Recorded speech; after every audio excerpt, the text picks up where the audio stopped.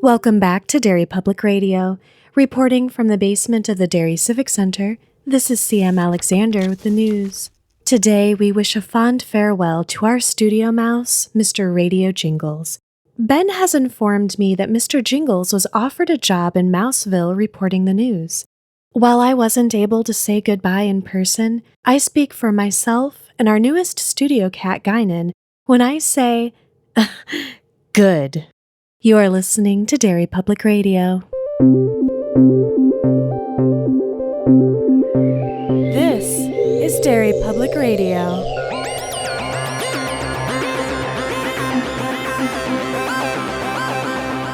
Welcome back to Derry Public Radio, a bi-weekly Stephen King Book Club podcast. I'm one of your hosts, CM Alexander, alongside Joshua Kahn. Hey, everybody. And Benjamin Graham. Hey there, constant readers. And today, we are finishing The Green Mile. And I'm sad, so I'm just going to turn it over to Josh. The end of this book sucks. Oh boy, it's so heavy. So I'm going to lighten it up right here from the start. Good. For an entire accident, really. When I was creating my recap, I realized I accidentally turned The Green Mile into an 80s sex comedy. What? So I'm gonna do it in the trailer voice with the recap for like where we are, where we left off. Okay. Paul Edgecombe and the E-Block gang have just gathered to discuss an elaborate scheme for a late-night Cold Mountain hall pass, sneaking John Coffey, a death row inmate with magic hands, into their boss's wife's bedroom. That is what happened. It is what happened. But as I was writing it, I was like, if I could just change their job title to camp counselors, this is something. That just makes me think of how much I would rather be watching Better Off Dead right now. Oh God, that show's so good. I also realized that it would be ridiculous to change their job to counselor, but leave death row inmate Sean Coffey the same. Just be absurd. I'd watch that movie. Before we jump into picking up the discussion, we've had the terrible execution of Dell. We've had the death and resurrection of a mouse. And we're getting together to discuss Paul's plan to heal Melinda Moores. But first, we've got to go back to the old mile. And honestly, I don't like the old Paul stuff. I don't. This still didn't fix it for me. I still don't like it. These two books, especially the last book, I think it gets a little... It was the first one I listened to, and I was like, I don't care about this. It gets to the point where you're like, okay, well, just tell me the story. Like, I just... In the afterword of the audiobook version, at least, Stephen King reads an afterword and brings up that I didn't realize, because I'm not well read, that the whole old Paul stuff is him cribbing from Dickens. Oh. Because Dickens, when he was writing, this is how he wrote his novels, was that they were serialized. And so Stephen King says he went, and when he decided this is how he was going to do this book, he was going about doing research, figuring out how people have done it in the past, and read that Dickens worked it into the story. It was the recaps between chapters were put into the story, and so that's what he's doing. And I still like it better than how it's done in Dr. Sleep. Agree. Yeah, I do agree with that. Come on, for sure.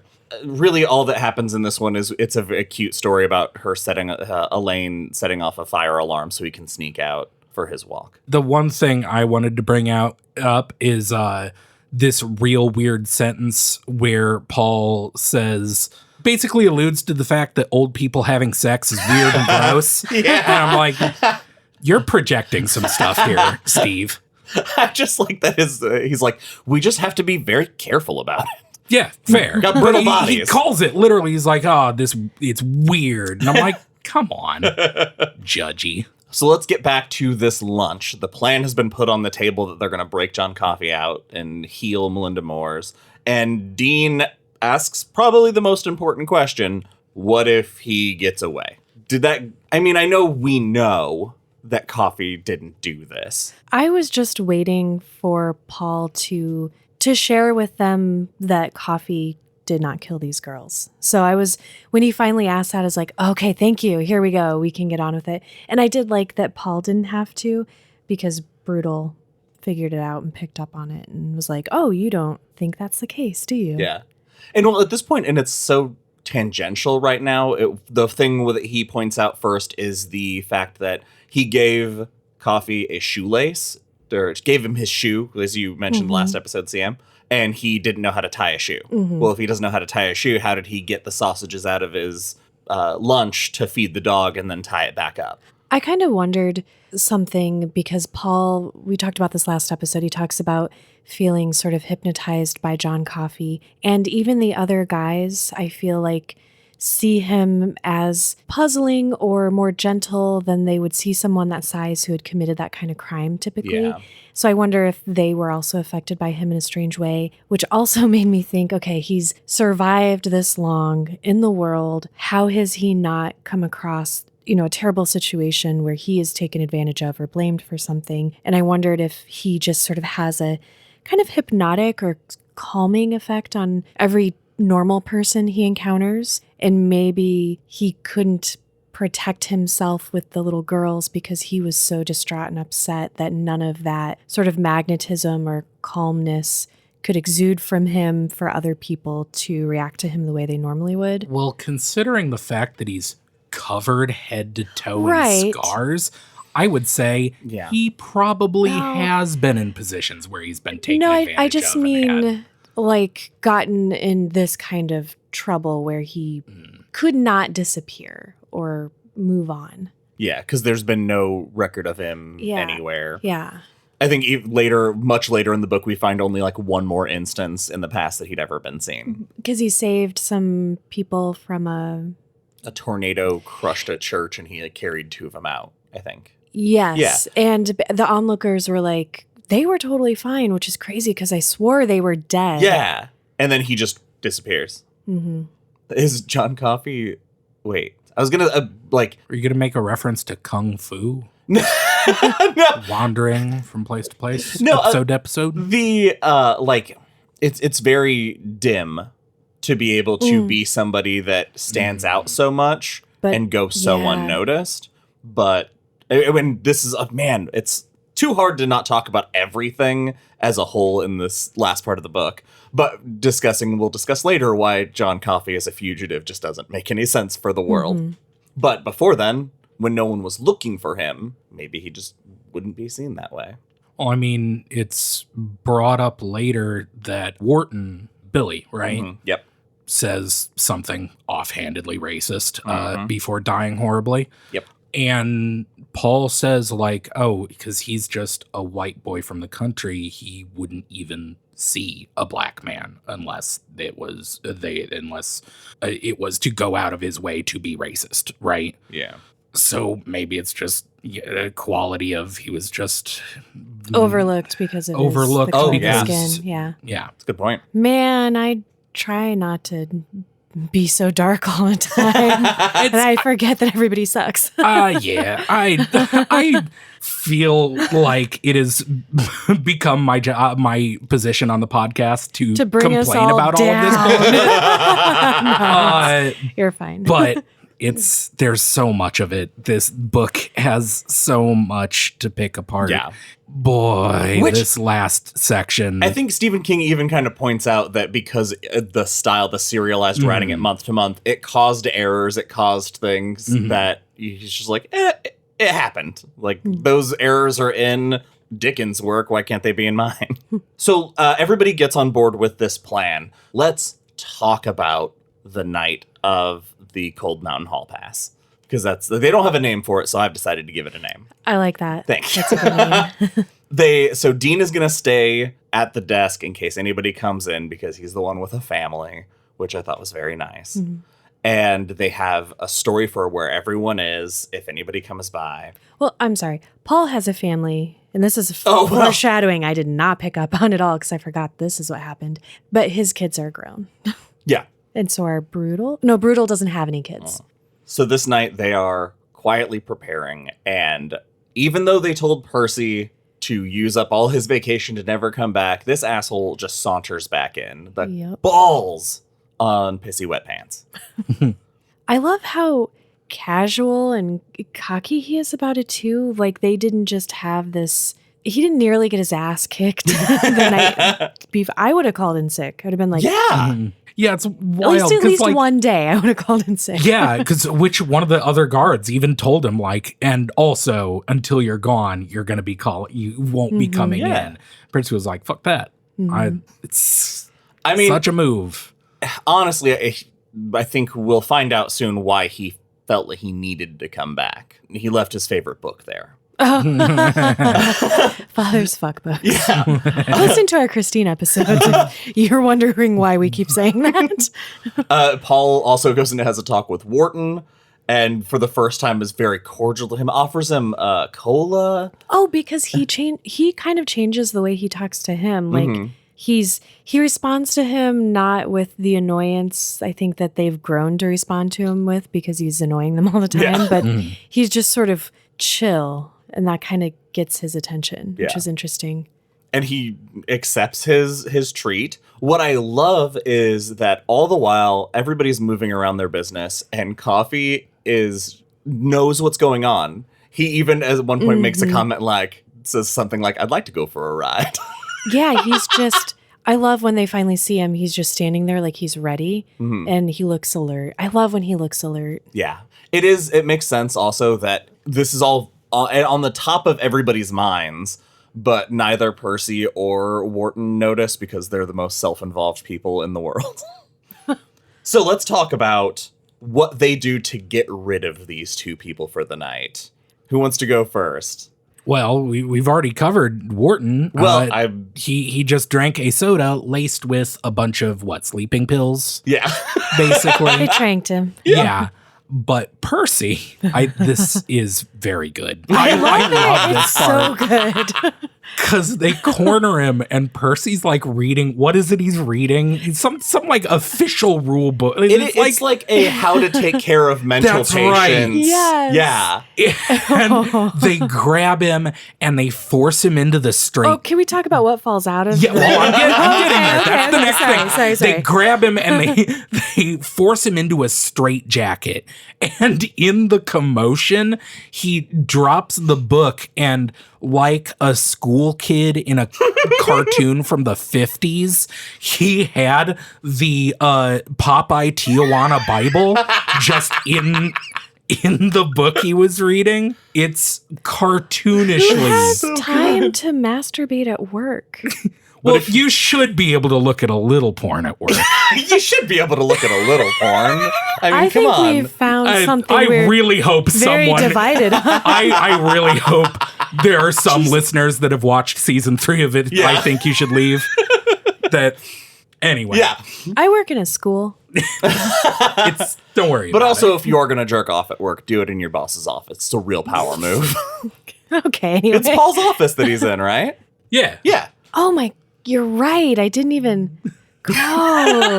Yeah, it's bad. But anyway, they grab him and they're like, what the hell, Percy? Dude, here's the thing. He's protesting so hard to the point where they start to feel sorry for him because he's openly sobbing.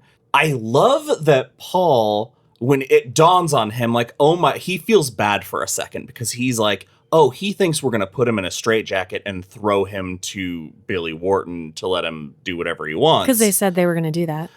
And then he realizes immediately that that's also something Percy went to that immediately because that's something he would do. Yeah, because he's a piece of shit. a And he piece of assumes shit. that everybody's a piece Right. of shit. Yeah, and then Paul's really furious with him. He's like, fuck you. We're not like you. Right, to think like that they would do Yeah. something, actually do something like that.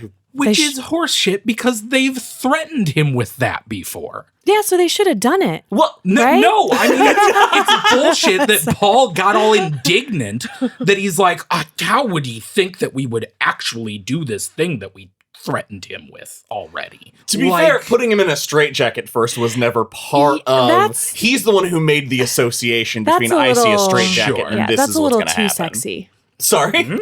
I mean, bad. The thing we said was weird. But yeah, they slap him in that straitjacket and drag him down the hall and toss him into their straight room. Tape his mouth. When Paul tapes his mouth shut and wraps it around the back of his head too, it made me so happy. Okay, you guys, I have to share real quick. Yeah. It makes me feel like I can't breathe. Like, I'm not sad that they did this to him because he's a fictional character, so fuck him. He deserves it. But having like been in, we have to use specialized de-escalation strategies at work, and sometimes when someone's safety is in danger and the de-escalation cannot account for that, you have to physically restrain someone, and I've had to be a part of that. So I haven't been restrained, but I still, like, I know what that tension and awful feeling, and like we all feel sick and horrible about it, and this section gave me so much anxiety reading. Yeah, blocking people's airways is bad. Yeah. Don't do that. Yeah. Well, and to be like, you can't move your arms. Oh, But You have a bit of claustrophobia, CM? yeah. The idea of being in caves and not being able to move really well. I get that. Yeah. Fair enough. And heights. Those are all the things I'm afraid of. Thank you the for full sharing list? that Yep. in this very public forum. Dear listeners, Well- please do not act on this information. What can we do with it? Push you off a tall cliff Into that's a cave. subterranean. So we take you down to a cliff, push you down. Spludunking. Wait, is it Spludunking? Yeah, You know what I mean. Yep. that's what it's That's called. what it's called. Spludunking. Yep. Well, it's when you go cave diving or cliff diving in a cave. Now I great. can't think of what it's actually called. And we're not going to give you time to Oh, think no. about it. So let's just move on. You can bring it up in the outro if you remember.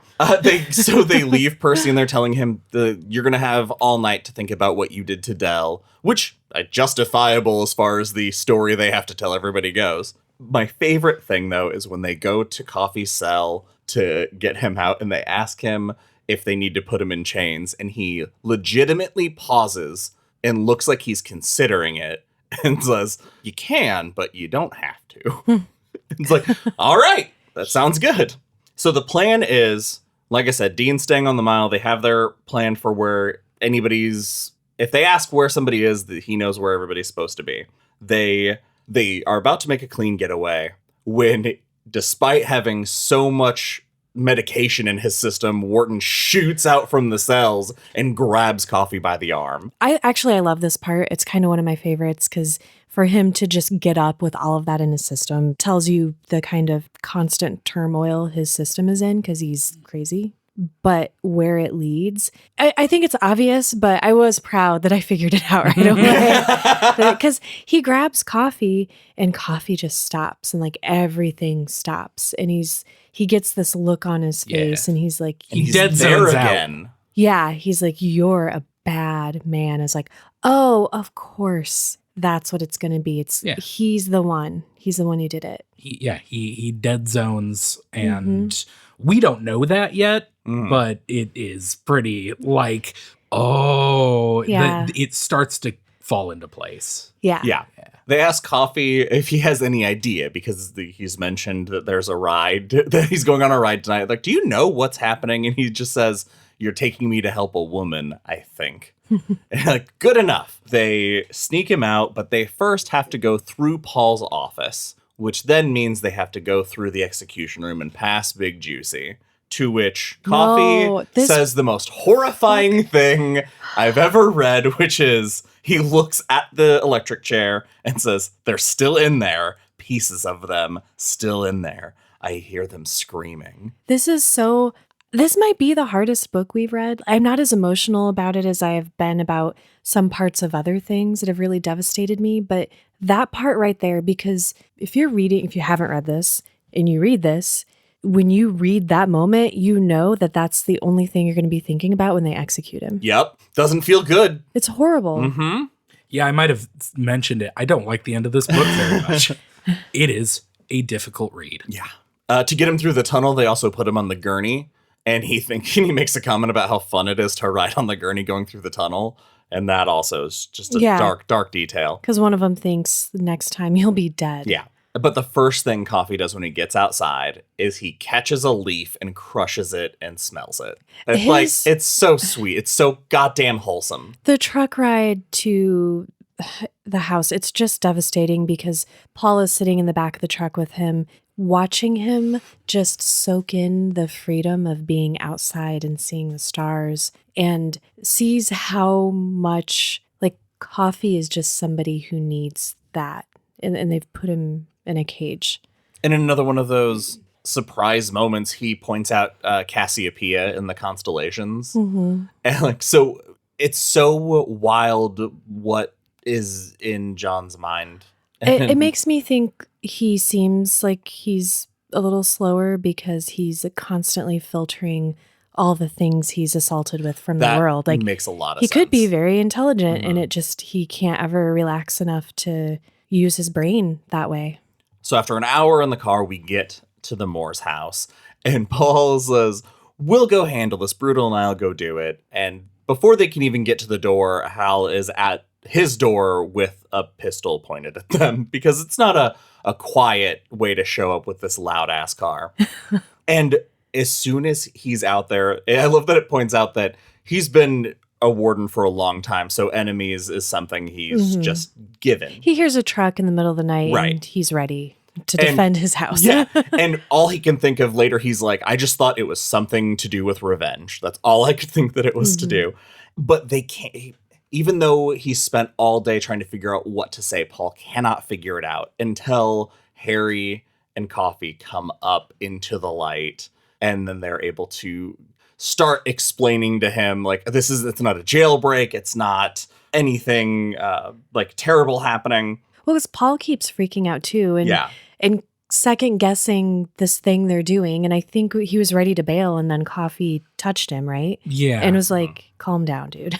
Well, am I reading too much into it? It's a Jesus thing. Oh, no, you're not reading too much into it at all. John Coffey is very obviously a Jesus. Yeah. And throughout this, like, travel to the warden's house, there's kind of a play on the, like, I thought it was kind of like the being rejected 3 times. Oh, because yeah. Each of the 3 guards at one point or another are on the verge of turning back. Mm-hmm. And then the other guards are able to pick up this energy from John, because it's whoever is with John is the one that is able to gather everyone and shift the morale, right? Mm-hmm. I don't know. Here's where I'm going to turn this into more King lore. I'm really tying this moment into something, because later, as Paul's writing this, he's reflecting on how I had this plan, I had all this, but it felt like some force was keeping me from doing anything. And I believe that force was Atropos. Yep. And he talks about the white. Yep. I believe that Atropos was there and was trying to prevent somebody from taking it. But because John Coffey has that power about him, that him showing up and being in their vicinity takes down that aura. And so... You know what? I could buy that. I love that. Yeah. I'm going to take it a step further. I think that the dog from the last section was Cujo. That dog. No, everyone reacted as though I was completely serious. What dog? I couldn't remember. As though we have never met before. That was a strange reaction. Ben, I'm really considering your point, and That's what I get for bringing up King lore to a bunch of King nerds. Everyone goes, okay, Whoa. explain Can that yourself. work? have you ever been taken too seriously? You know, that's rarely a problem for me. So as they're standing outside trying to explain this, everybody is invited into the house for a gangbang by Melinda Morse. Jesus. Likely a response from the tumor, but honestly, we'll never know. It's a cucking. it's a train cuck. I was annoyed by this. Yeah.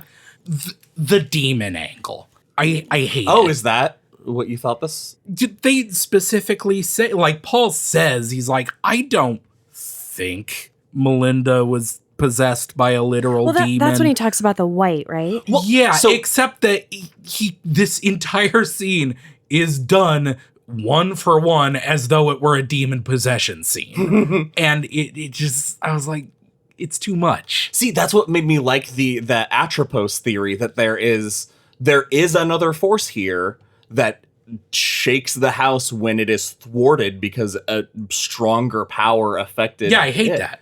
Really? Yeah. No. I thought you'd be on board for that, honestly. This isn't that. There are different kinds of Stephen King Sure. books, and it's okay. I was enjoying this. Yes, it has a character with divine powers, but it's not that kind of book. I know it doesn't have to be. I just like that because we've dealt with that destiny of death in Insomnia. I think it's very interesting to have somebody who is essentially given a death sentence and that strong force. My problem with this is in a book that is essentially at the end about like the evils of society. Yeah. To suddenly be like, except all of this evil shit, it's actually caused by demons. It's like, John Coffey, it's so sad, this horrible tragedy that befell him. But it's probably because there are evil forces working against him and not because of systemic racism. Systemic racism doesn't help. Yeah. Should we talk about the exorcism of Melinda Morse? Yeah, can I tell you my favorite part? Mm-hmm. It's before they fully get in there, and it's sad because this lady has been through a ton of shit and her brain is just breaking on her, and it's in the middle of the night, and so she's also scared and she's calling out for a Hal, like, don't let them in, it's a salesman, we don't need anything, like scared but also just kind of firing off weird things. But the best thing that she said that absolutely delighted me was, you stay out of here. Whoever you are, just stay out. I'm not dressed. My tits are out and my bitch box is taking the breeze. Yeah, you did just send a bitch box in our group chat to us apropos of nothing. Oh, I love it. It's so some real good. kingly cussing. It's It's swearing in a way perfect. no human being ever has. And she calms down after she's like, take your pants down, John Coffey. Yeah. It's so once John touches her, it's so cool how everybody sees her come back to herself a little bit. And there's the moment where she says, like, it's after he heals her, she says something to the effect of, I was walking in the darkness and Yes. Yeah. Like they found each other in the darkness. Do you know what that made me think of? It gave me like the vibes and feeling of when I was reading Lisi's story. And just yeah. being in that other area and like, I don't know, something about it just pulled me back to that story. Lisi pulling her sister back, right? Yeah. It, like what her husband would say to her, like, I was lost in the dark and you found me. Yeah. They can all feel that this big thing is about to happen when John Coffey plants one on Melinda Moore's and the house starts shaking, like lights explode. Yeah, the floor is shaking. It's so cool. And when it's all done, almost instantly, she looks 10 years younger. Her hair is coming back. John Coffey looks 10 years older and falls to the ground, which shakes the house again because he's a big dude. Yeah. And Paul's thinking, like, spit it out, but he doesn't. And I forgot why he doesn't. So I was so, like, I love that I forgot enough of this that I had a vague sense of what was happening, but yeah. No, the thing that's coming up is one of the, like, burned into my memory. I thought he was holding on to her sickness because he was killing himself so he didn't have to die by That's what Brutal says later. In the drive back, Brutal turns to Paul and is like, he's not going to make it to his execution date because he has this thing inside him. He's a dead man. Oh my gosh. He could have done that. Yeah. But instead he sacrificed himself. Oh no, there's more. I hate it. Does he sacrifice?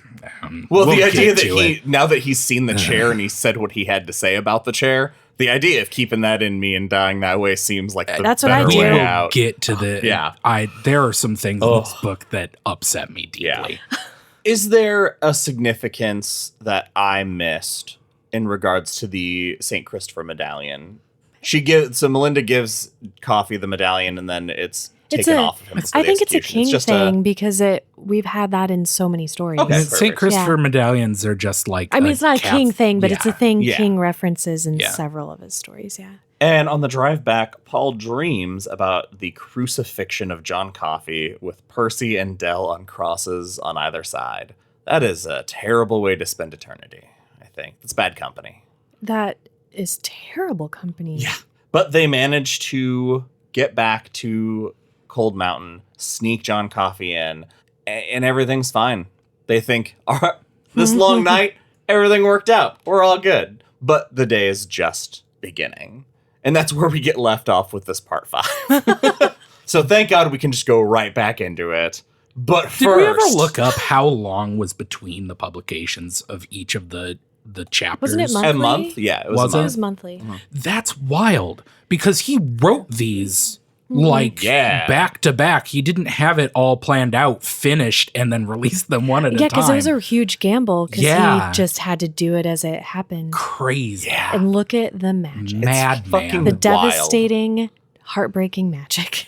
So we're back at Georgia Pines, and Paul has fallen asleep writing his story, and Brad Dolan shows up because he noticed he didn't go for his walk, and it's a little sad to see who Paul was, and then in this particular moment where he seems like so childlike because he knows that Brad's not afraid to hurt him, and he just woke up and all his papers are everywhere, and he's scrambling his papers together trying to hide them, and it's sad. It again, just the parallel of him now being kind of like a helpless prisoner, and considering how how Coffey's execution changes his feelings on execution. I kind of feel like he's in his own purgatory almost. Yeah, Which- absolutely. And I don't know if I'm thinking that because like we recently released That Feeling that you can only say what it is in French, and we had a pretty cool discussion about like, you know, King is saying here like hell is what you think you deserve essentially, and I could kind of see that for Paul. We haven't released that episode yet. That comes out after the Green Mile. Hey, you guys. I edited it, and this is what you have to look forward to. Enjoy it after this. So the scene escalates until Elaine shows up to save the day, and she pulls a Percy and says she has a relative in the House of Representatives, and that gets mean Percy to walk away, and then good Percy talks to Paul some more. Wait, what? Elaine is good Percy because has the relative that's in the Oh, house. Okay. Oh, yeah, I'm on board, but you set that up for us. Yeah, I was very confused. that was I was like, wait, is there... Are you saying that one of Percy or Brad Dolan is the good Percy? I don't understand this at all. basically at the end of this, Paul says, I'm almost done. If you're willing to read what I've written, meet me later and I'll give you the last of it. And she does. And then we are back at Cold Mountain. They have to bring John in with the gurney for less fun reasons this time because he can barely walk, and he looks like death, and they barely get him back into his cell. Luckily, nobody has showed up, so they haven't had to use any of their excuses, but they do have to go get Percy and start letting the things they can't control out. That would be so... I would be so anxious. Yeah. I'd be like, nope, I'm not doing it. He's gonna die in there. How'd you guys feel about this releasing Percy set piece? It is so overshadowed by what happens, honestly. Like, Yeah. I don't even... He gets slapped around. Who cares? Because holy shit, I didn't know this was about to happen. It's the significance of it, though, is in when you're reading it and you don't know what's going to happen. You're so focused on what Percy's focused on because they lay into him so hard, and you basically say, if you tell anybody anything, all the same threats he's been getting all book, basically. Yeah. There's no new threats in this book. So they get Percy out of the jacket. He trudges back to the desk because he's going to go home for the day. But then, CM? You know, Percy just can't walk where he's supposed to. This Goddamn idiot doesn't have any fucking spatial awareness. No, he's so entitled. I think he just thinks he should walk where he wants to and nobody should grab him. So he gets grabbed by John Coffey. Which is Yeah, the last person you expect. Yeah, it's a huge fake out because you expect it to be Billy. And then when Coffey gives him what he has, it's another fake out because you expect that. I was like, that was such a cold, vindictive move for Coffey to give him this like life-ending tumor. He's gonna slowly like suffer and die. I mean, it won't be super slow, but it's gonna suck. And wow, like Percy sucks so bad, but that's not in Coffee's character. That's because somebody else grabs Percy next. To be fair, grabs his attention, I should say. To clarify, what John does is he spits a bunch of bees into. Didn't I say that? Well, you just kind of said what he puts into him or something like that. Oh, and I guess with all the we're going to threats, clarify that. Yeah, he pours all of the sickness. The bugs. Yeah. And it's like, I love that's like it's going in his mouth, up his nose, any opening in his body, these things are flying. I think it says some crawl into his eyes. Yeah. It's bad. Yeah, that's harsh. And it causes Percy, he goes away. Like, he goes blank. It breaks his mind. Mm-hmm. And Percy responds by staccato marching over to Billy the Kid's cell, taking his pistol out and emptying it into the sleeping Wild Bill. Which, as we established earlier, Percy has great accuracy. That is something that King dropped very early. And it says he shot him, was it one bolt in the groin, one in the gut, one in the chest, 3 in the head. This is my first big problem with the book. Yeah? It's a hell of a moment. Mm-hmm. But also, our divine Jesus stand-in did just murder 2 men with magic. See, but I think that is because John Coffey's now a murderer. And so he dies on death row. He's not a murderer. Of course he is. He put something into Percy and on purpose, knowing that it would cause him to, I assume, that had to with be the direction. Intention of using him Percy. As a weapon. No, it is on. I'm not gonna side with you guys against John Coffey. I'm not I know siding you're right, against and I'm just John not Coffey. gonna do it. It is just it sucks that King wrote this character that is supposed to be this divine character, and then being like, oh, but also he will kill people. It doesn't fit the character. It doesn't work for me. Is it supposed to be divine justice? Is that what it's supposed to evoke? I guess if you are into the idea of people that have done bad things deserve to die, then it's a happy ending, but I'm not, and this sucks. This is Paul. We talked about this first or second episode. Paul's kind of Old Testament. Yeah. So I think this fits with the religious vibe of it, which would be eye for an eye style. Yeah. Which fine. I just hate it. Here's I don't mean to like diminish your reaction to it at all, because you're just having a very like sincere, real reaction. That's the thing, is so much of the end of this book is just King very successfully emotionally manipulating his readers.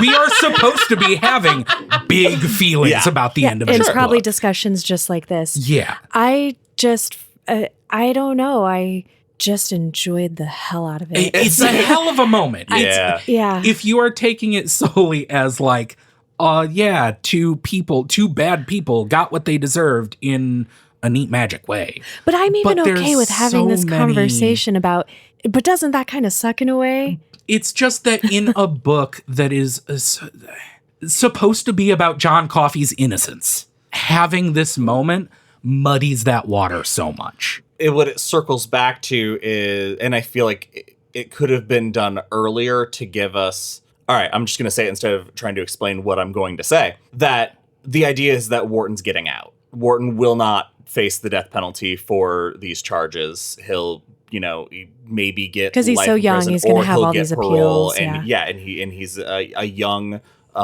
more better than average looking. People are going to think that he has a chance to be a contributing member of society. All of that stuff is alluded to later, but I wish that had been put more in the forefront so that we felt there was a sincere chance that he would get out. That explains why I hate this so much. Yeah, because I am so vehemently against the fucking death penalty. That makes sense. This is an argument for like, good, he died. He almost got away without dying. Like, it's... I guess what trips me up is that he raped and murdered 2 little girls. And so which I know doesn't... Yes. I'm a hypocrite. I have something I want to say about this. Yeah. Because, like I said, Like I've said the past 2 episodes, I've been continuing Did my you do reading. it? I'm Okay. I'm not gonna go too into it because Okay. I am not nearly well versed enough to make as big of a cogent point as this subject needs. Mm-hmm. But I do have this I want to say. My final thing I'm going to say, and I apologize if this takes a little bit of time. Readers, listeners, I want to thank you. We've had lots of messages discussing it. All very, very respectful, happy to be having the conversation. But there's something that has been bothering me, and it is from a specific message we received. And I'm not going to name this person. Thank you. If you're listening, you know who you are. I appreciated the message, but in this message, they discussed how they agreed with that the death penalty is just, it is something to weed out people who should not be in society. The thing that bothered me is that in this letter, they added the addendum. In fact, I think we should expand that to include pedophiles and rapists. I understand that reaction. I understand seeing someone who has done something unforgivable and wanting them to be punished. The thing that bothers me is, listeners, if you haven't been paying attention to the current state and tenor of the country, there is currently a genocide going on against trans people. There is a widespread belief spread by the far right in this country that trans and queer people are groomers, child molesters, and when you say we can kill pedophiles, the people in charge that are oppressing people can change the definition of what these words mean. State-based killings are a tool of the oppressors to kill their opponents. It is never acceptable for the government to kill a human being. And I will not change my mind on this. You're right. That's the very definition of a slippery slope. Yeah. That's why you can't do stuff like Ben. Thank you for sharing that. Thank you, man. That's it. Woo. You don't have to be upset about it. You made a very good argument, and I think you succinctly described why people can feel like, yeah, it would be nice if people who did heinous things were not here. It is but human also why nature it's a problem to want for that to happen. Your friends and loved ones to be safe, to see someone doing something inexcusable and saying that person should be punished. But I ask you, listeners, to look inside of yourself and why you cannot think of any other solution, why you are unwilling to even accept the thought that there is a better way than death. And that's all I have to say about that. Thanks for listening, y'all. And that's our episode. Have a good night. No, it's something I have become, the more I read about it, these are things that I care deeply about. And nothing's ever as simple as it seems on its face. Yes. So I want to thank you, listeners, and you two, obviously, and this fucking book, weirdly enough, for inspiring. This is something I feel unbelievably passionate about, and I'm going to continue my growth. Listeners, I recommended a few books last episode. Please go out and get them. Please go out and read, and just try not to give in to just base human nature, fear.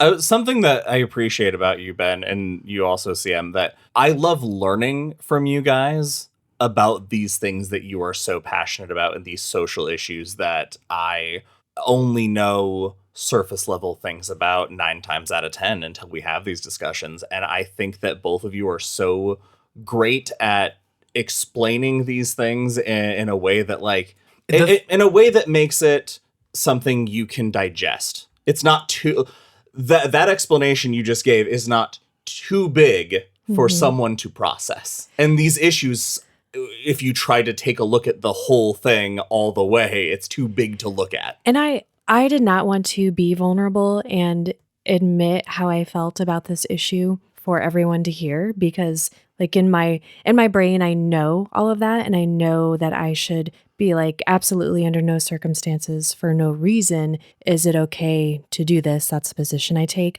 But I wanted to share that I can't always hold on to that feeling sometimes in the face of things, because I don't want people to feel bad about themselves for not seeing like your argument, Ben, right away, or not understanding that right away until someone explains that. I just want people to, because if you can't like forgive yourself for feeling complicated about something, you run away from that and then you never change your mind for the positive. So I think anybody listening, like wherever you land, I mean, feel how you feel, but explore it. Like, don't be afraid to explore it, I guess is my point. Yeah. Well, after this, Percy pisses and shits himself, and then everyone looks around and goes, nobody saw that, right? Nobody, after he vomits the bugs out of him and they all go away, everyone's like, we're, new story? Everybody wrap up, police cover up? We doing this? Yeah, all right.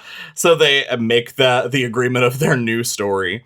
And when he gets home, he tells Jan about fucking everything. And Jan is a superstar. Boy, I'm upset that she has this kick-ass scene only to be made shitty later. What? Well, she is not shitty later. I fully support everything she did. I cheered her in my car. Interesting. I'm very excited to see how our interpretations of that scene differ. I don't even know what you guys are talking about. This whole situation. Your brain has been wiped. Yes, but no. This scene as well. The scene where he tells his wife about it, and a lot of stuff from here to the end, is so racist. In two different ways. Yeah. In two interesting ways. Yeah. Because he goes, if you don't mind. Yeah, go for it. He goes to his wife and tells everything, because I love this, because throughout the book we've been shown how close their relationship is. He tells her everything. And in this moment, she does the reality check of, you have to do everything in your power to get this man free. What any of us, he can't be put to death for a crime he didn't commit, which is the point of all these conversations we've been having. Exactly. And she is so furious at him when he says, nope, nothing we can do. And that's the later scene, right? Oh, is it? No, because this scene is when she says you can't let him, and he responds with his response in this conversation is I'm conflating two conversations. Yeah, this time is when he's like, yeah, I'm gonna start looking into it. This is the conversation that, and that's when because we don't know yet why Coffee, according to you guys, killed Wild Bill. Right. So this is the first shift in this final book, where from here on out, it happens, the big scene later, but when characters exit the story, we find out how they died. Basically from here on out. So our first one is Percy, because we find out that Percy stayed catatonic for the rest of his life and died in 1965 at the age of 54 in Briarstone. Or Briar Ridge. I've combined the two places. Yep, he still ended up there. Yeah, he still did. 2 episodes ago, that was the bit that I was like, hey, remember this. Yeah. Because it's such a throwaway line that they're like, oh yeah, when Percy he was at Briar Ridge by then. And you just accept it. Yeah. That's a very really neat little like payoff. Especially for someone writing this month to month. Yeah. It's a good payoff. So the next day, Paul heads out. He has a conversation with a sheriff that we'll get back to. He goes to see who was it? Rob McGee, the sheriff. Yeah. That was in the town where the Derry case Who's happened. Like, don't you dare try to talk to this family yourself. Right. And basically he agrees so that he is sure he won't. And he goes on that trip. He comes back. We get a little bit of that conversation, but let's not get into what he learns there until we tell everybody. Shall we? Sure. Okay. So essentially, we leave that conversation. Paul does his homework. Yeah. And Rob comes back saying, like, I think there's enough evidence for doubt here, but John is black. And then we move on. Yep. So great that's like just the hard stop for this county, is that they'd have to reopen a case involving a black man. This book is hard on a lot of levels. Yeah, it's just so depressing. It's from here to the end is King nailing in the point of the book. This is in a brutal way. We have built up why Coffee is not only innocent, but is a literal being sent by God. A national And treasure. now the the United States is going to kill him. And it is hard. I did not enjoy reading any of this. From here to the end of the book, yeah. I struggled. I usually listen several times. I listened twice because and I read through a little bit, but I didn't do my normal like obsessive over and over again listening and reading because I can't because I'm too sad. So we have Coffee's date of execution, November 20th. I do like that he points out that for this order to have finally reached him, it had to also go past Hal Moore's. And knowing that moment had to happen. I'm a little less protective of Hal than Paul is. I would have shared that burden probably. Maybe that's a shitty thing to say, but if he's going to sign it, he ought to know, I think. I am kind of on the same page though. Okay, protect the guy who got his fucking wife back. You're fine, fucker. Know what you did. I'm sorry. This is one of the big things that bothers me with this part that's coming up, with how vehemently Paul and the other guards argue for why they cannot do anything. We will get to that conversation That's why I love shortly. Jan. Holy shit. Really? Yeah, I'm Josh. 1,000%. Okay, get to it. Oh my God. Get us to it. Okay, they come back. Paul and his wife have sex. He thinks about John Coffey so that he can finish. Wait, I'm sorry. Yes, thank you. Because I was re-listening this morning and I was like, wow, did he just tell us about plowing his wife? And then my thoughts turned to John Coffey. I was like, dude. And then he climaxes. And he bursts into tears afterwards because he now knows that Wharton killed the Dedrick girls and Coffey did not. I feel like you ever everybody... climax when you go spelunking?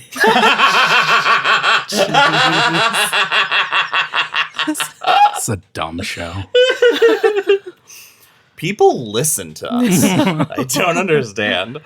Now we have the group gathered again, but they've added Jan because it's the sequel to the first movie. You got to make the cast bigger. And they sit around and Paul tells them everything he's learned. That the sheriff that we mentioned earlier found out that Wharton had been caught when he was 19. It was when he was 16 months ago. He was caught with a 9-year-old. Finger raping a 9-year-old. Yes. And it was not reported because it would have been embarrassing for her family.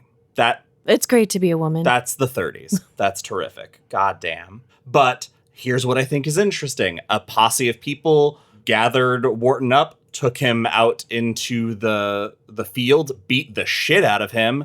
And as we discussed in the last episode, 3 months later, he escalated violence, just like we had with the discussion with the straitjacket thing and the moon pie incident. Yep, because if you get caught raping someone and you don't like getting in trouble for that, the next time you rape someone, you will kill them so you don't get in trouble. We also learned that after he left town, he wound up in Trepigus County, and he helped the Dedricks do some painting and do some stuff around the house. He lied, saying that he was staying in a place in town. The Rob McGee went and checked. He took meals with the family, which is how he got to know them. So the girls, because the problem was, why didn't the girls yell? People kept wondering. And they said now they knew who the guy was. Same reason the dog didn't bark. The dog was familiar with who this person was. And when Wharton was arrested for the robbery that turned violent, he wound up with property that was from a house robbery in the county around the time of the killing. So there's all of this evidence that clearly it was him. Oh, also the fake name he gave them was Will Bonney, which is Billy the Kid's name. So if that wasn't the final nail in the coffin of this arrogant asshole, that it's definitely him. While this sounds like it would be enough, the law's racist, and that's pretty much what we're left with. Now, here it goes. Let's talk about Jan and Jan's comment. Jan's idea that Wharton confessed all this before he died is the best idea in the fucking world if these guys had taken 10 seconds to think about it.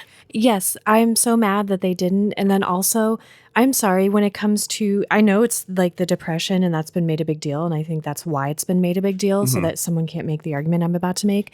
But I think when it comes to me having to take some heat and explain why, oh, I'm sorry, I forgot to tell you, I found this out and this is why this happened, to save an innocent person's life, you fucking do it. See, here's the thing that bothers me. And the only thing that makes me go, fine, is because it is a bunch of white prison guards in the 1930s. And of course, they're going to basically uphold white supremacy by doing nothing. Because they said, we can't. What are we supposed to do? What are we supposed Everything to do? you How can, are we? Yeah. What are no we matter gonna what. tell someone in power who we have connections to, who we have helped, and who We're gonna use our power to we're help gonna use our this powers guy? to help this guy. No, because then we might get in trouble, and we're white guys, so that would be terrible. Which is why when Jan flips her shit, I am on fucking board 1,000%. because that's exactly how I Because felt. I what wanted are to we flip the supposed table. to do, Jan? Not what are we good supposed to do? enough. It's not good enough. Perform an elaborate breakout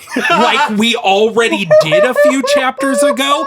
Well, that was different. We had to save the life of a white woman. Why would we do it to save this guy? This guy who It's saved that white woman so probably hasn't saved as goddamn many people as racist. Coffee has, if we even want to get philosophical on it about that. It is the rest of the book becomes all the stuff that happens in the present is all about, and we find out the whole book is about Paul's guilt that, oh, we killed this perfect heavenly being.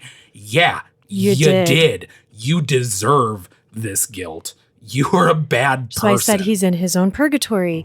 They had excuses that protect themselves because they weren't willing to fight for this guy. Even if they had lost the fight, they didn't try. And then it's supposed to be better because John Coffey is sad because he's never had a good life. No, this is the worst part. Yeah. John Coffey would be living in my house for the rest of his life. Can I move on? Can I move on to the next thing? Sure. Wait, I'm sorry. Can we just say, like, Yes. Jan gets really upset because they're all giving her these bullshit excuses, and she swipes all the food, everything off the table. She just loses it. She flips out and she calls them cowards. And Paul tries to grab her and she's like, don't you fucking touch me because after tomorrow you are a fucking murderer. And she pieces out. Later, she apologizes. She's like, I'm sorry, I said that to you because I know this, you don't want to do this, and it's like the worst thing I've ever said to you in our marriage, and they're fine, but she's right in that moment, like, because I felt how she felt, and when I was listening to it, I was like, she was like one step ahead of me. I'm like, well, why don't we? Yeah, Jan, like she's saying. Well, then what about? Okay, yeah, she's right. Well, then yeah, do that. And then when it's like no, and she just does that, I was like, yeah, I would probably feel like doing that too. And then when she kicks the fucking chair because it's in her way, I cheered. I was in my kitchen and I went, yeah.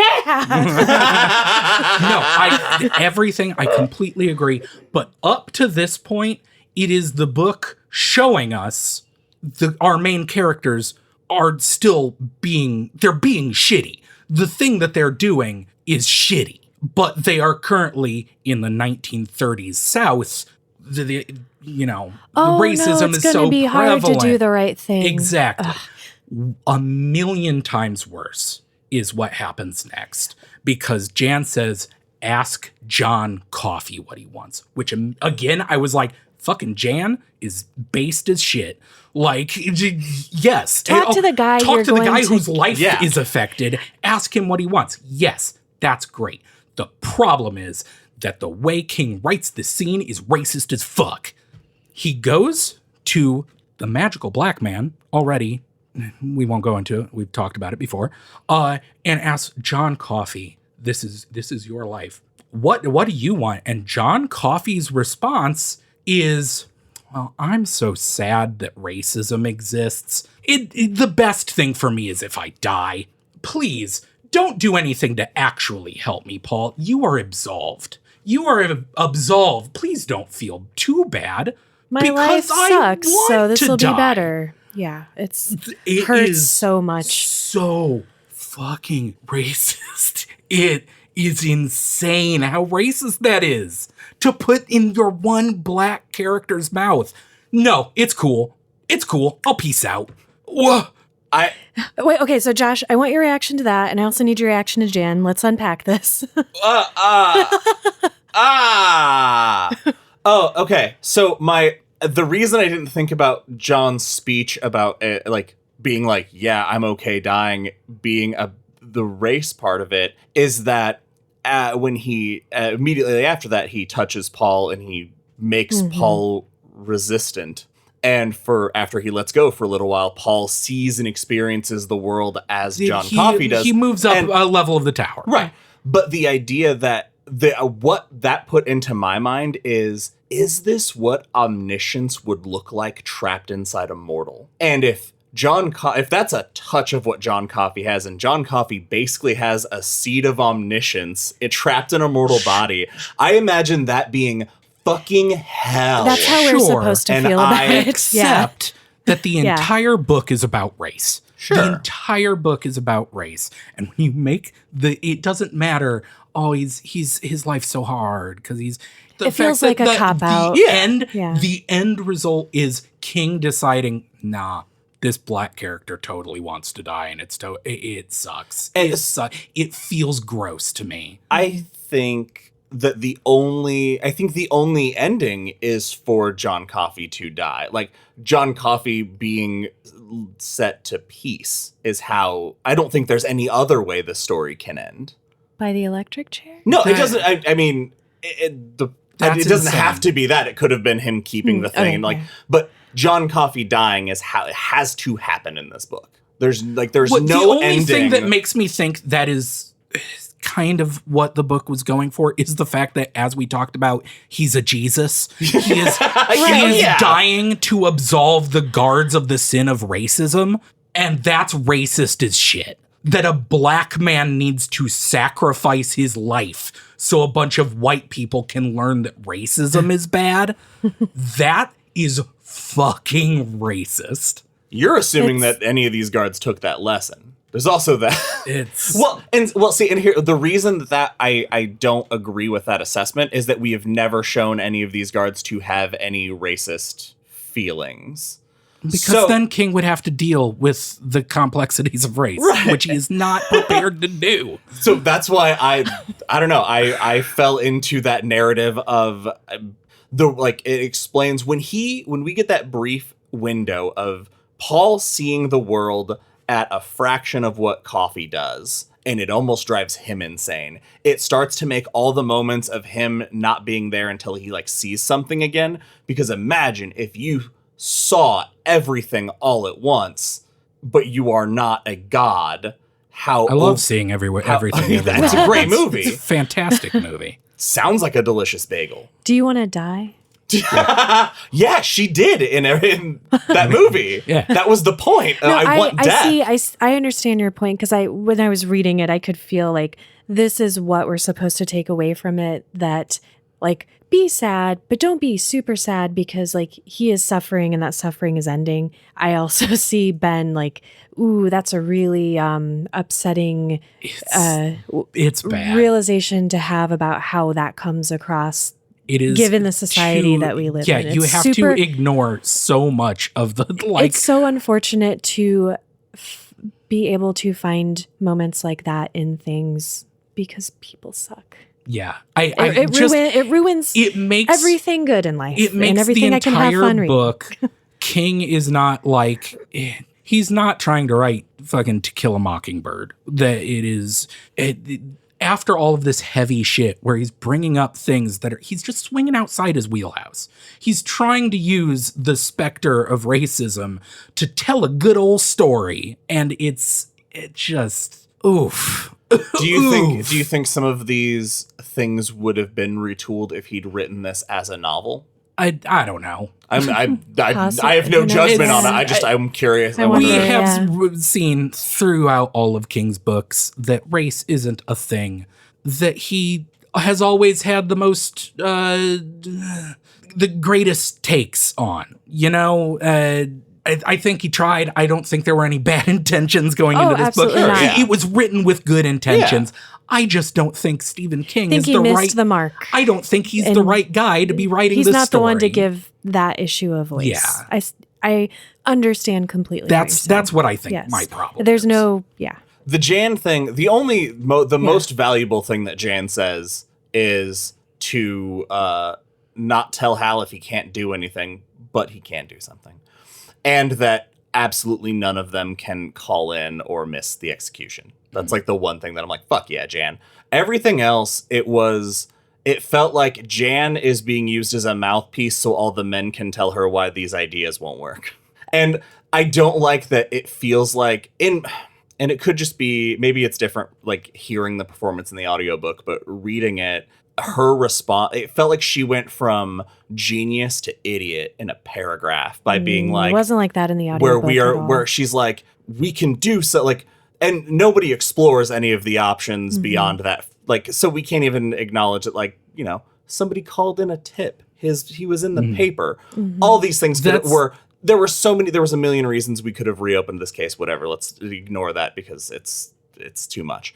But she goes immediately from that to the dumbest idea in the world of break him out and make him a fugitive. I don't think that's dumb, though. I think it's just showing her desperation of, I'm telling you this and you're shooting it down. And I'm telling you this and you're shooting it down. And like, her ideas are just like, well, if nothing normal that makes fucking sense to any other human being except you guys will work, then break him out. Like, I didn't see it as a stupid comment. I saw it as, okay, fuck you then. You don't want to do what you can do, then do something insane. Break him out. Do whatever you have to do. It does not matter. It's the morally correct, the only morally upright thing to do is to get him out under is to do everything in your power to stop this. And if you fail in that, it's because you're a coward. Fair enough. Like, it's okay to fail. Like, if you fail in trying, it's because you're a coward. If you fail in achieving it, it's because the system fucking sucks too. Right. So we skipped over this a little bit, the rehearsal.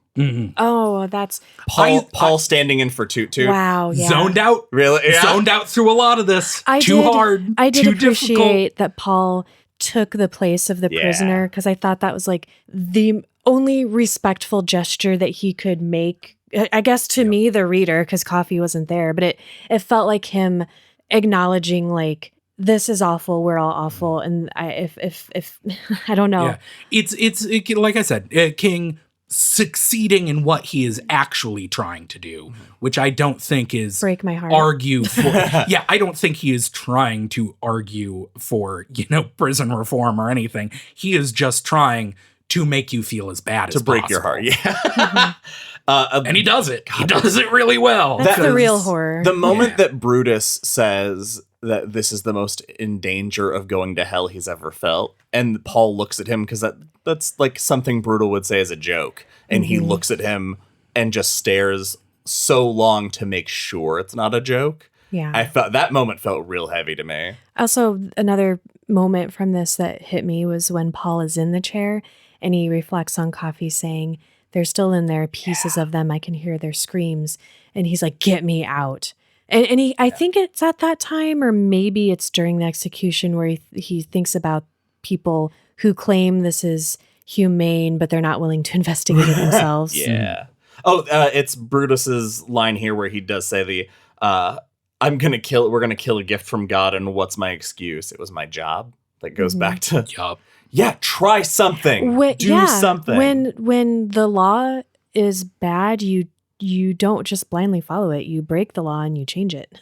So, we already discussed Paul going into the cell and getting the gift from Coffee, and him seeing the world that way. I do like that when he reads Brutal's mind, like real briefly when he walks by. I thought that was really funny. Man, it's so heavy. Should we talk? Do you just want me to run us through it real quick? Let's jump to it.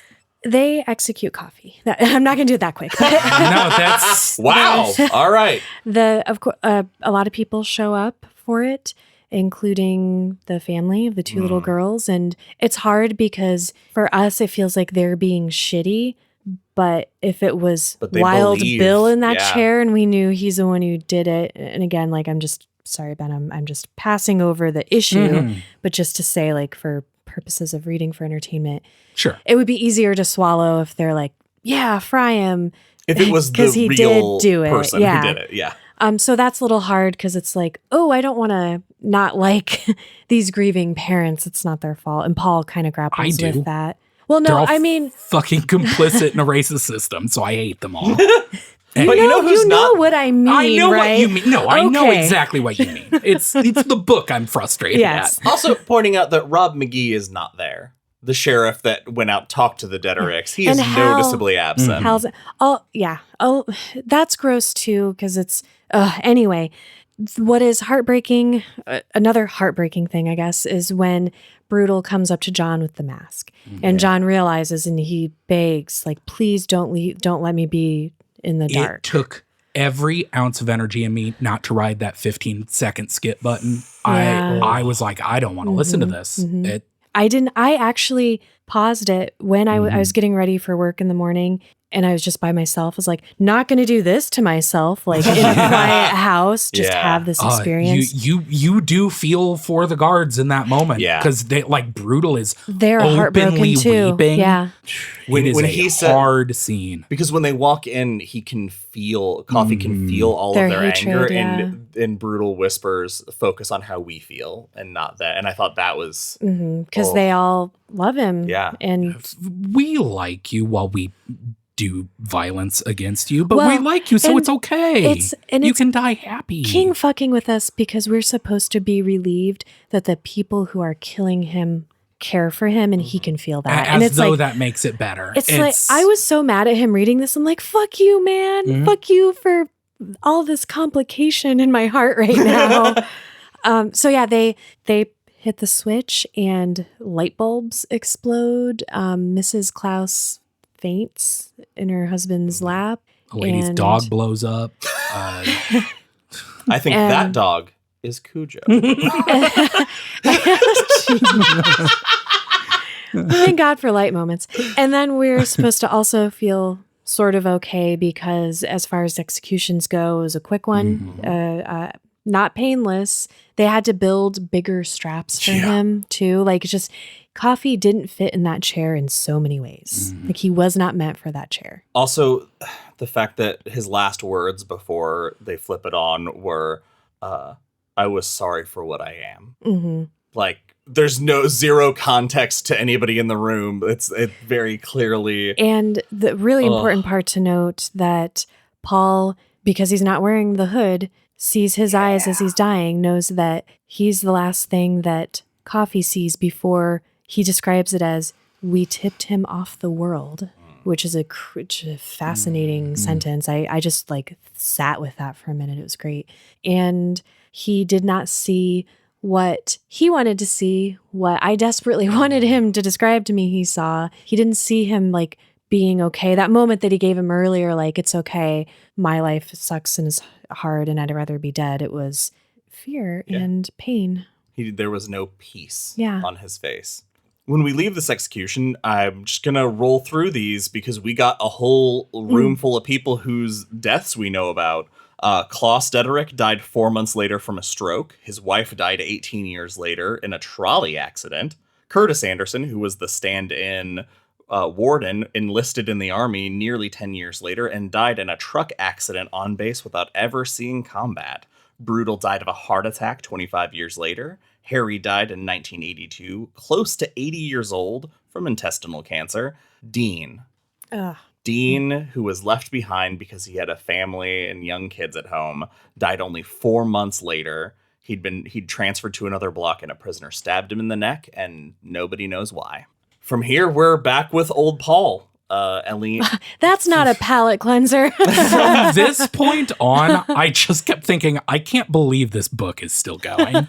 It honestly, the old Paul stuff's so boring. It turns out he's 104 years old. Which I forgot that's what Coffee's gift did. But that doesn't happen for everybody. Right. Because Melinda didn't live forever. Well, Melinda didn't get imbued Coffee by him. healed Paul, but he also did that other thing, and maybe it's that other thing. That's the other thing then. But did he do that other thing to Mr. Jingles, who's also still alive? Of course he did. I guess. That was a 2-for-1. We didn't get a chapter of what Mr. Jingles saw from his book. Also, he might have also been omniscient. Also, how do you think he found him? All right, I'm not talking to you guys Well, anymore. also in the afterword, King does say that Mr. Jingle's coming back because we find out the shed that fucking what's his face has been Paul? trying to figure out. No, the orderly has been New trying to Percy? Yeah. figure out what Paul's up to in this shed. We find out that he's just been going out there because Mr. Jingles is out there and he's been taking care of this old ass mouse. And doesn't have to anymore because he dies today. Yeah. So, like, I guess everything dies all the time. Yeah, I guess that he must have given Mr. Jingles superpowers. Because Mr. Jingles disappears forever after that until we see him now. It also doesn't help that Mr. Jingles is already super magic before, so there's no really discernible difference in new Jingles. A resolution to that. Yeah. Well, like I said, King says in the afterword that all this Mr. Jingles stuff at the end of the book was something he just threw in at the end because Tabitha was like, what happened to the mouse? Okay, that's why this doesn't make sense. That's why I'm stuck on it. He didn't imbue him with anything because Stephen King just threw it in at the end. No, yeah, I hate Thank Mr. Jingles being at the end here. I think when Mr. Jingles exited the story, he should have been gone forever. Although here's what it does make me think of is Mr. Jingles dies. And Paul's like, oh, now I know I'm not immortal. Sure. But do you think the longevity power is like proportional? Because he's going to be going for hundreds of years then, right? He's like a vampire. The average mouse is 2 years. I looked it up. Yeah, that's extrapolate that got into a life human. ahead of him. Yeah. His purgatory sucks. Yeah. We get left with the moment his wife died. That's where he decides to leave the story. This is, again, Stephen King kicking me in the dick. Yeah. Punishing innocent people. Would you like to share the story, CM? Yeah, so, okay, just an interesting tidbit. Elaine is the new lady. Yes. Mm. She finishes it and she comes to him and she's like, hey, man, so the way you talk about your family, like, did you have kids when you were 11? Like, what's up? And that's how we find out that he's really old. So that's kind of cool. But the part about Jan, she died in a horrible bus accident. They were going to their grandkids' graduation, I believe. And something happened with the truck and it hit this bus. Blew a tire, which made it go sideways, was hit by a fertilizer truck that pierced it into a bridge abutment like in a Buick 8 and tore the bus in half and blew up half of it. And not everybody died, but everybody except for Paul was injured. And we just get this horrible, tragic, sad scene of him kind of coming to and seeing that he's outside in the world. And there are all these suitcases scattered, people's belongings, body parts, just gore. And he finds Jan and she's not quite dead yet. And he doesn't know to this day if it would have been better if she had been or not. And there's no, like, he describes she doesn't die like in the movies where, you know, they can tell each other they love each other, anything like that. She just is alive, struggling, and then she's gone. And he looks up and I think it had started raining and he sees, like, kind of through the rain a figure and he knows it's John Coffey and he starts to call to him to help. And then he disappears and he's just this old guy holding his dead wife screaming, help me, John Coffey, like a crazy person. It sucks. And he still dreams about that night, but when he dreams, it's not an illusion. John Coffey is there. And I did have that thought, like, he can't help you because you killed him. Yeah, right. Paul. Honestly, if this story, if they'd gotten him out and then he just vanished into the world again, like he was apt to do beforehand, and then in this moment he just showed up again, I'd be like, goddamn right he did. That's John Coffey. Like that mysterious showing up thing fits exactly with the kind of person he's written to be. Yeah. But yeah, it ends with him just screaming, you saved Hal's wife, why can't you save mine? To nobody. Yeah. Because there's nobody there. And ever since, Paul has not been seriously sick or injured since that moment with Coffey. He passed one gallstone and he was very happy for the pain because it would have been so long. Because he felt pain. Yeah. He's had like a cold every 6 years, but he knows that death will come, but he'll be wishing for it long before it arrives. He does not have a good end. Until then, he'll lie awake with insomnia. Yeah. Yeah, that's how it ends. He says he has insomnia I at the forgot end. that, and I thought you were trying to shoehorn in your insomnia atropos. No, he specifically says that he has insomnia like the rest of his life. Shit, you're right. All right. I mean, I was already on board with your theory, but now I'm double on board. All right, let's rate this emotional monster. Ugh. I've been dreading this moment since I finished this fucking book, because it's a great book. Mm-hmm. It's written incredibly. If you are taking it as a good old King yarn that's going to make you feel some feelings, then great. But the last book of the Green Mile has so many fumbles for me. There are so many things that I'm like, oh, King, you're not handling this subject matter with I don't know. I like I said earlier, I think he was writing it with good intentions, but it was the 90s and it's Stephen King, and he has some very centrist views on capital punishment and race. I honestly don't know. I don't know how to rate this book. I'm gonna say just right down the middle, a 3 out of 5 blue chambray shirts with an asterisk that says your mileage may vary. I don't know. Sam? I've had so much fun until now. I mean, until this episode. Like, this was a hard episode for us, I think. And we're not... Oh, no, we're going for ice cream after listeners, this. We got to blow off We're some all steam. okay with each other. We're not upset at each other at all, but we're also passionate and also like Emotions listening are to one heightened. another share unique perspectives that we hadn't thought of. I mean, that's a hard thing to grapple with each other and to go through and to hear other perspectives and to challenge yourself and challenge one another. And I'm very stressed out right now, but I think this book is really easy to read. It's well written. I was just taken by it instantly and carried through to the end. It toyed with my emotions like I have never experienced before. What it was trying to do, with the exception, of Ben, your points, which I will not, I agree with, but it was very effective at making you feel all of the emotions, making you feel things you don't feel comfortable admitting you are capable of feeling.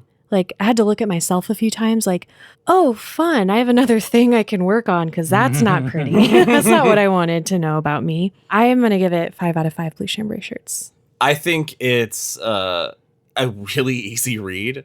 I don't like the old Paul stuff. I don't like the Mr. Jingles at the end. But other than that, I love the story it has to tell. I'm going to go 4 out of 5 blue chambray shirts.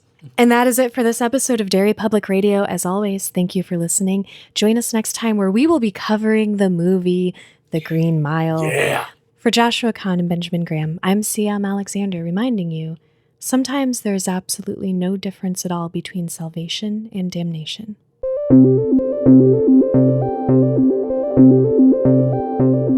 Hey everyone, C.M. Alexander here. Thank you for listening to The Green Mile Part 3. We hope you enjoyed it. As always, don't forget to follow us on Facebook and Instagram at Derry Public Radio and Twitter at Derry Public. You can also send us an email at derrypublicradio@gmail.com.